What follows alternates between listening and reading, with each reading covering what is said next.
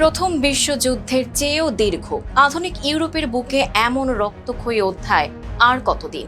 যে যুদ্ধ মাত্র কয়েকদিনে শেষ হওয়ার কথা ছিল তা আজ 1570 দিন পেরিয়েও কেন থামছে না? জীবন অবাক না করলে কে করবে? 28% মিল্ক ফ্যাটের অবাক করার সাথে ফ্রেশ মিল্ক পাউডার। জীবন অবাক করুক প্রতিদিন। কিয়েভ দখলের রুশ স্বপ্ন আর ইউক্রেনের অবিশ্বাস্য প্রতিরোধ, কোথায় গিয়ে থামবে এই সংঘাত?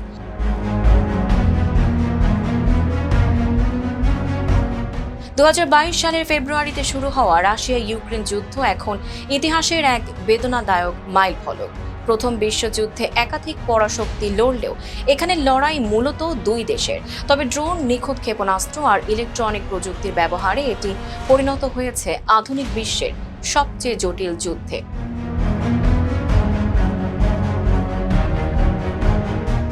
ন্যাটোর সদস্যপদ কিংবা পারমাণবিক অস্ত্র না থাকলেও পশ্চিমা সামরিক ও আর্থিক সহায়তায় বুক চিতিয়ে লড়ছে ইউক্রেন। প্রেসিডেন্ট জেলেনস্কি বিশ্বজুড়ে সমর্থন ধরে রাখতে মরিয়া। অন্যদিকে ডোনাল্ড ট্রাম্পের মতো বিশ্ব নেতারা আলাস্কায় পুতিনের সঙ্গে বৈঠক করেও মেলাতে পারেননি শান্তির সমীকরণ।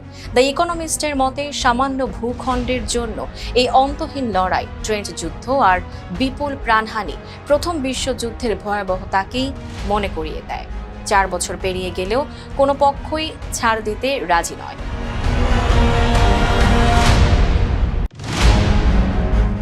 ইতিহাস আমাদের শিক্ষা দেয়, কিন্তু নীতি নির্ধারকরা কি তা শুনছেন?